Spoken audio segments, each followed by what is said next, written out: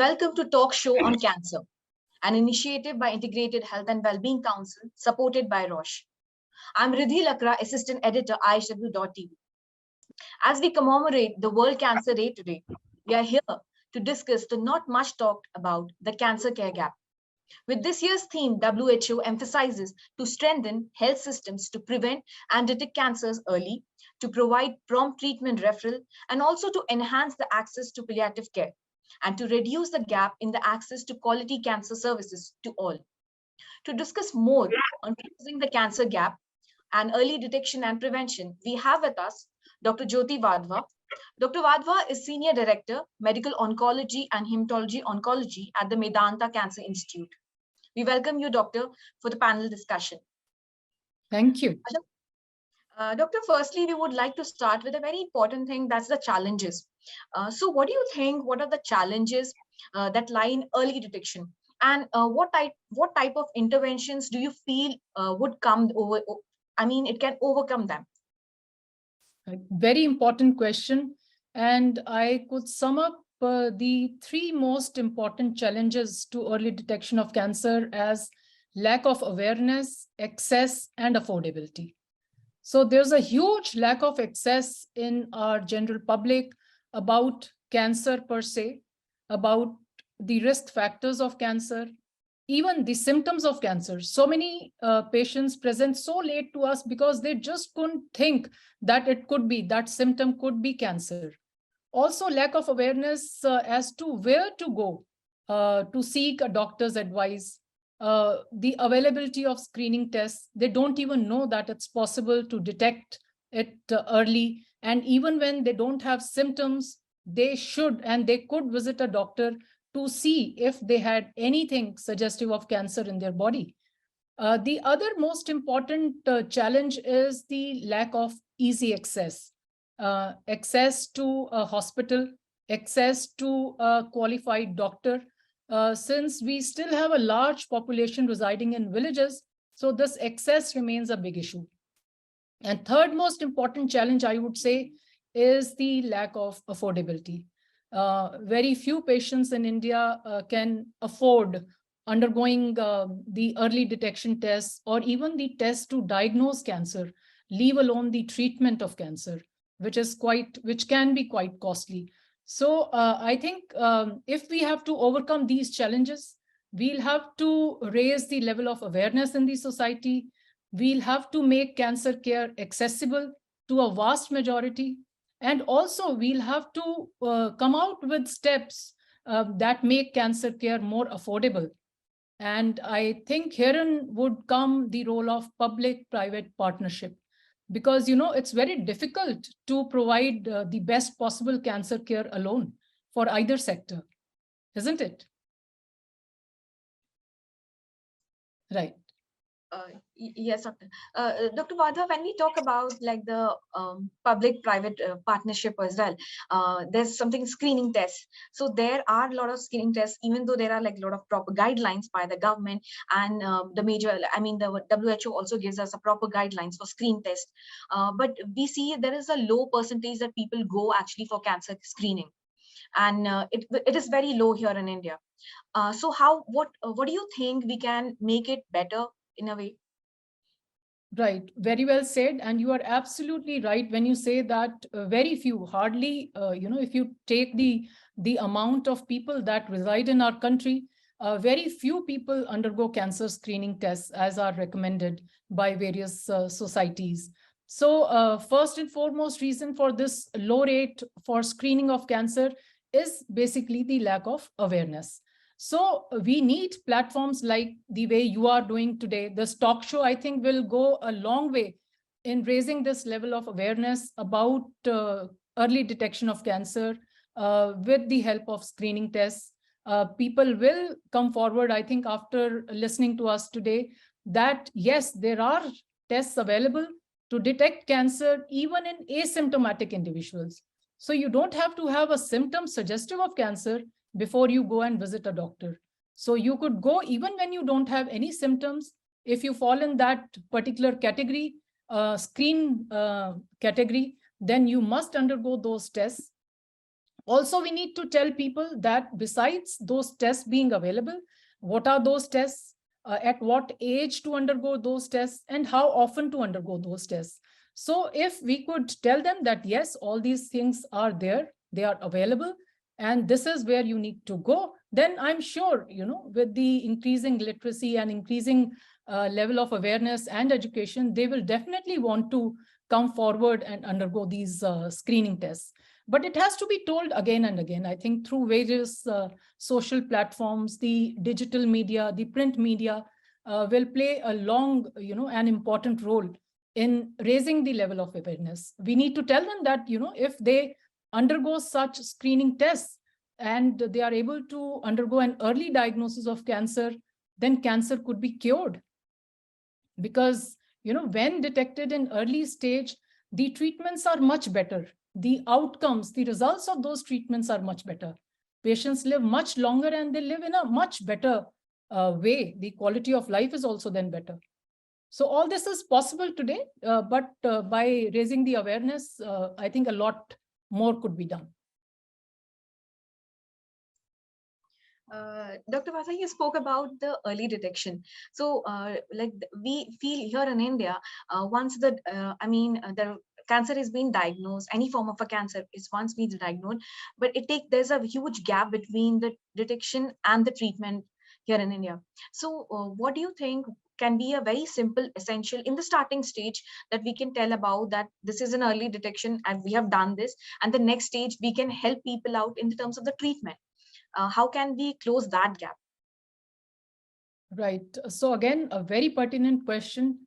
And I would say that, first and foremost step, the initial step could be to make cancer a notifiable disease.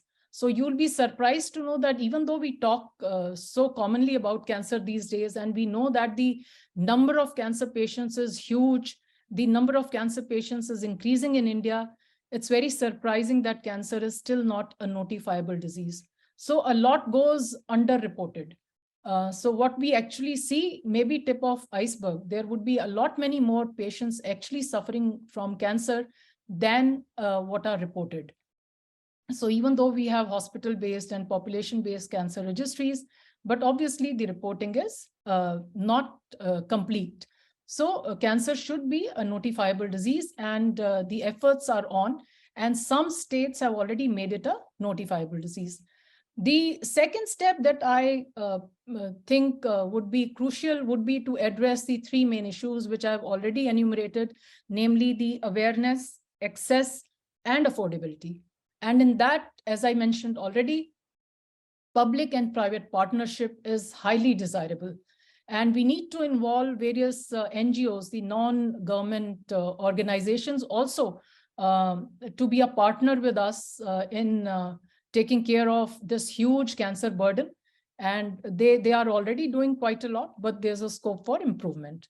So these are some of the ways, I think, in which we could close the care gap for cancer patients in India. I think that would be really great that, as you said, notifying the disease. And you said like a lot of states have already been doing that. And I think we need more studies on this, that there are these number of cancer within the states, and we can have more options for the patients as well. That would, I think, also bridge the gap between the treatment process and from the detection to the treatment process. Yes. Doctor, coming to the screening point, in India, like what are the different methods which is available for everybody for early detection of cancer in terms of what are the basic cancers, say for the breast cancer, the colon cancer, some of the major ones. So if somebody has cancer, how would they find out about these screenings? Right.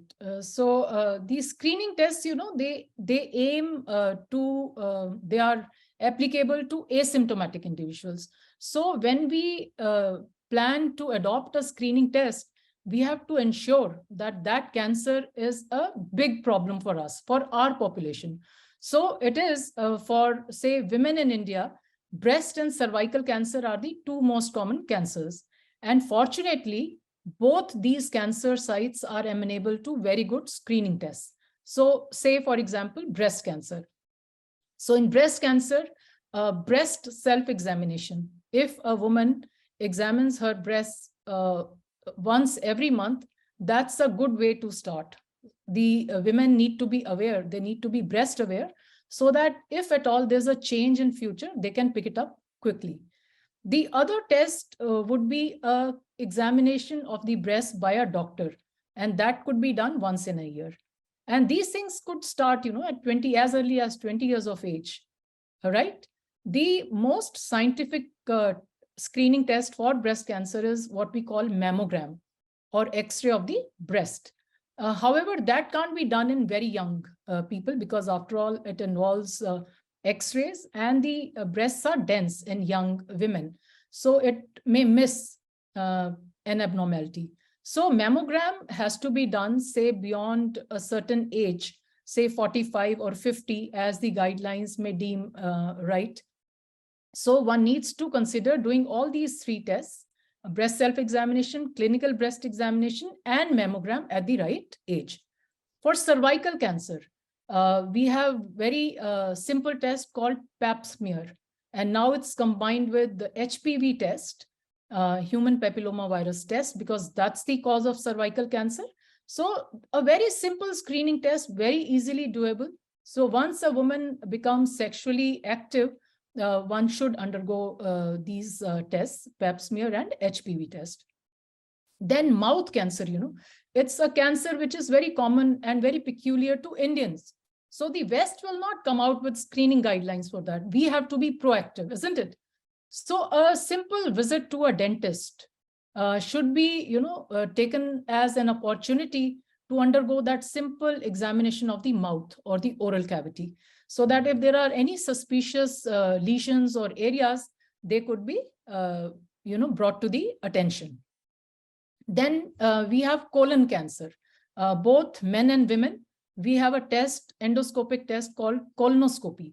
So it is recommended that one could undergo colonoscopy after 50 years of age. So that's another screening test which is there in various guidelines. Lung cancer, the #1 cancer affecting Indian men. There is a low dose CT scan of the chest. However, it is not recommended for each and every person. It is to be recommended in only high risk groups, and that high risk group is defined based on the age and the pack years of BD or cigarette, the degree or severity of smoking that a person has undertaken. So based on that, we define that high risk group, and that high risk group could then be advised a low dose CT scan of the chest. Now coming to the most controversial screening test, and that's the serum PSA, which is a simple blood test for prostate cancer. So there was some controversy that, many more people underwent unnecessary biopsies and early, detection, wherein in their lifetime, they may not have actually suffered from the disease. So it has fallen into a bit of controversy. But earlier, this PSA test was recommended for men beyond 50 years of age. And all these guidelines are there in place. You just need to go and consult your doctor. And sometimes, keeping in view one's family history in mind. So if somebody has some members in the family who have already suffered from any of these cancers, one or some other cancer, like ovarian cancer or endometrial cancer or similar cancers, then one would modify the age for starting these screening tests. So go and visit a doctor, a cancer specialist, or a doctor like me, or sometimes, you don't even need a cancer specialist. Visit to a gynecologist, visit to a general surgeon is all that is required, to start the process of cancer screening. Dr. Jyoti, you have in a very simple way, you have said, you have explained about all the various cancers that we can go for a screening process. Doctor, but coming to a very important point, we are here in India.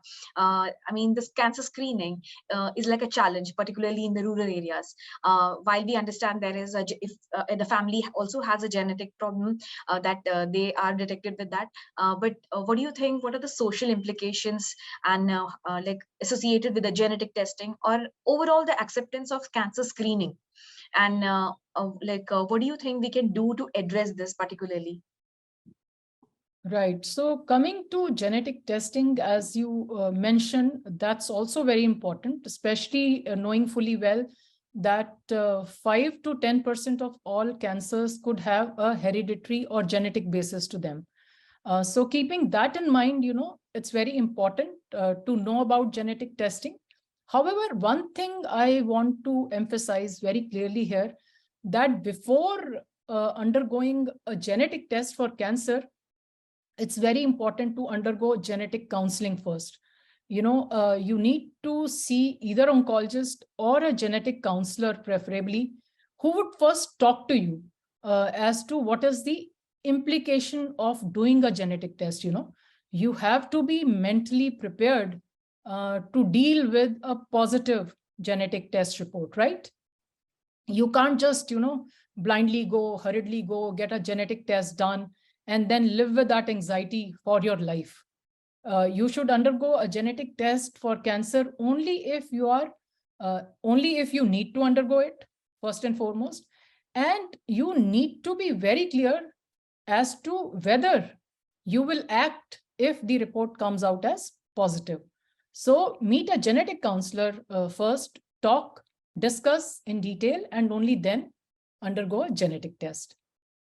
Now, coming to the other screening tests, as I said, and you said, how to address the stigma and the fear. So I would agree that there is a stigma still associated with cancer diagnosis. A lot of, taboos are still there. A lot of myths are prevalent in our society still. So I think education and awareness will go a long way in, getting over those myths and the stigma associated with cancer diagnosis. So we need to keep telling the general public that, there are these screening tests available. You don't have to have a symptom suggestive of cancer. You may feel perfectly normal, but you still, could be helped by undergoing these cancer screening tests. They are available. You just need to go and consult a doctor and then start only at the right age. Isn't it? Not otherwise. Everybody is not eligible for cancer screening test, right? Yes, Dr. Jyoti, thank you so much for explaining that well. And I hope a lot of our listeners would also understand and not be scared about this very fact that if your family history does have a cancer, then you can go and before a counseling. That's a very important thing. Also, you also earlier mentioned that very simple one in terms of you can visit your dentist also in terms of the oral cancer. A small precaution what we all can take. Maybe if we are in a habit of chewing tobacco, that could be one of the reason to go to a specialist and address this issue. Right. Yes. And going further, when we talk about the research avenues, doctor, there have been a lot of research in terms of the screening in India, and it's been made of affordable and also accessible. And now with the new budget also, we hope that we will also see some new things in terms of the cancer as well. If you could share some insights about this, that what are the new accessible and affordable cancer screening here in India? Yeah, so very affordable and simple tests I already mentioned, say for breast cancer, breast self-examination, clinical breast examination are very affordable. Mammogram machines, there are, mobile vans carrying mammogram machines, which we know, and they go into the rural areas also. And there are various NGOs already involved into doing this good work. And that's how it's being made accessible to even rural population. Now, coming to cervical cancer, the PAP test is very, very simple. And even the ASHA workers, in the rural India, they have been trained to carry out these simple screening tests like PAP smear, like doing breast examination, also doing oral examination. So what we are here and trying to do is utilizing the already existing infrastructure and the human resource.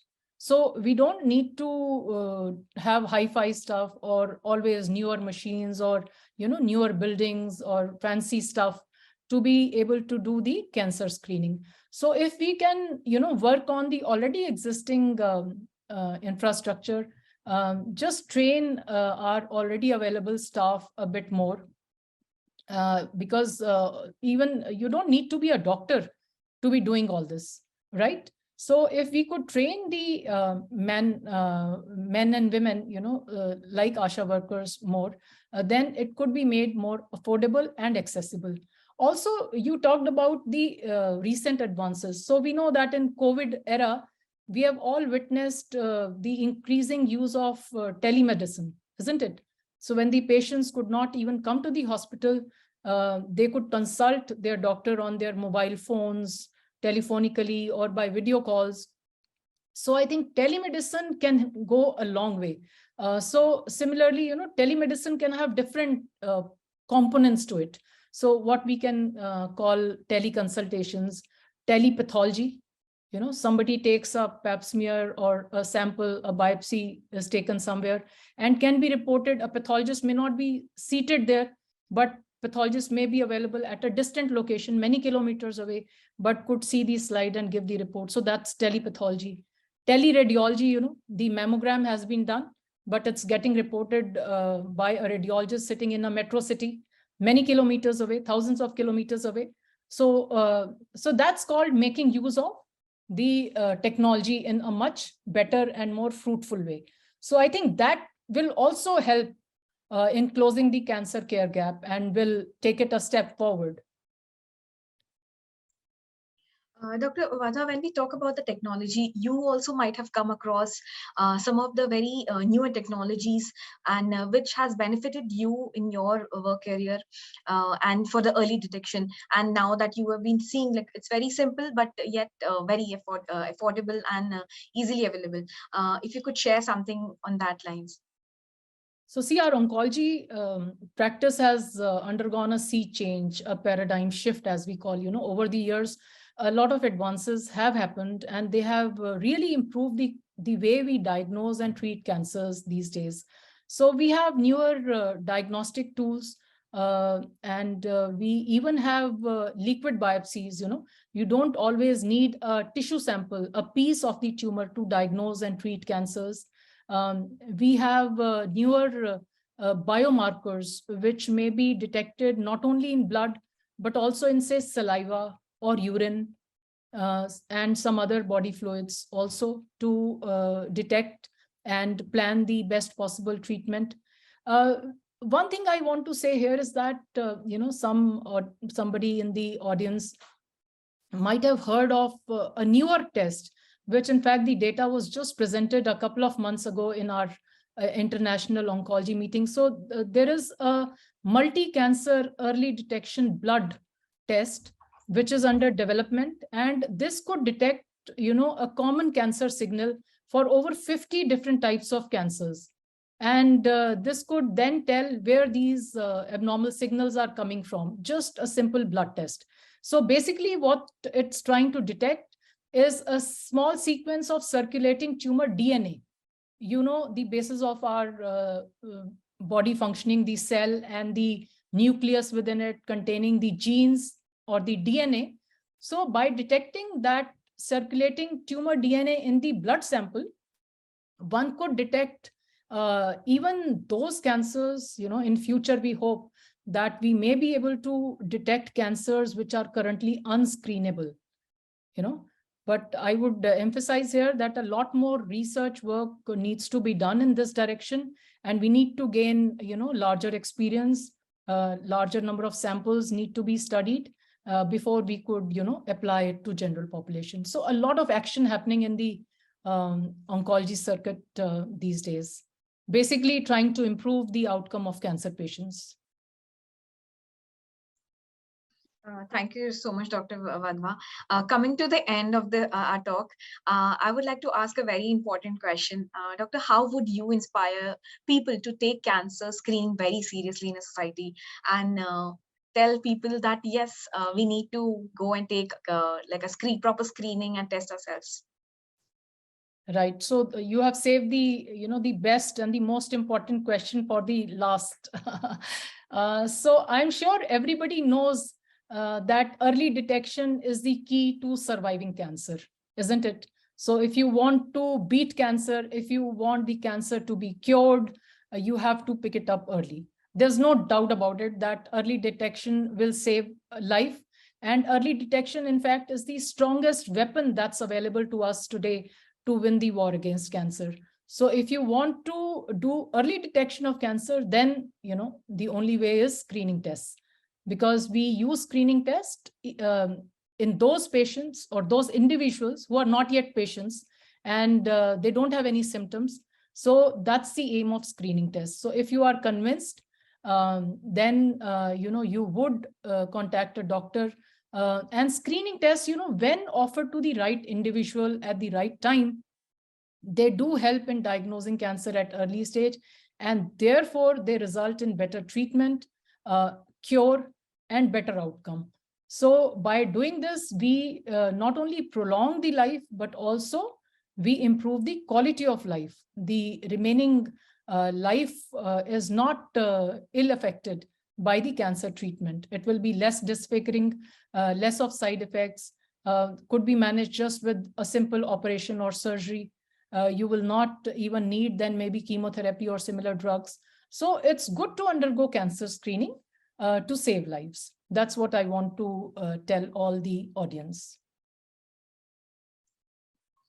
Thank you so much, Dr. Wadhwa, for this inspiring thing. Yes, and I hope after listening to you, a lot of people would actually understand what is cancer, and yes, go for the screening process and start taking of their health at a very early stage. And I would like to thank everybody who's joined here for listening on this Cancer Just Day. one last sentence, if I could add, to tell everybody that don't be fearful of cancer, be hopeful, because the treatments have really advanced now. So we tell all this not to scare you, but to instill hope. That's the aim. At least that's my aim, to tell you that a lot is possible now. We are in the year 2023, and a lot can be done to help our cancer patients. So be hopeful, not fearful. Yes, let's all be hopeful and not fearful. And as you said, we can beat cancer only when we have an early detection. And I hope with the newer technologies and the advancement, a lot of people would get early screening. And yes, the process of treatment is also going in an advancement. We would have much better outcomes for the cancer patients. And I would like to thank everybody who has joined here. And on behalf of the ISW Council, I would like to thank Dr. Jyoti Wadhwa for joining us and talking about cancer, and Roche, who has taken a special initiative on the Cancer Day to talk about this. And yes, through this, we are bridging a gap about a lot of other things, maybe the new cancer screening, the treatment options. And we'll be discussing about this in the future as well. Because cancer, we do not discuss cancer only one day, it's an everyday thing. And yes, there are fighters who are surviving, and there are good doctors like you who are working hard to help people. Thank you so much, everyone. Have a good evening. Thank you for having me. Thank you.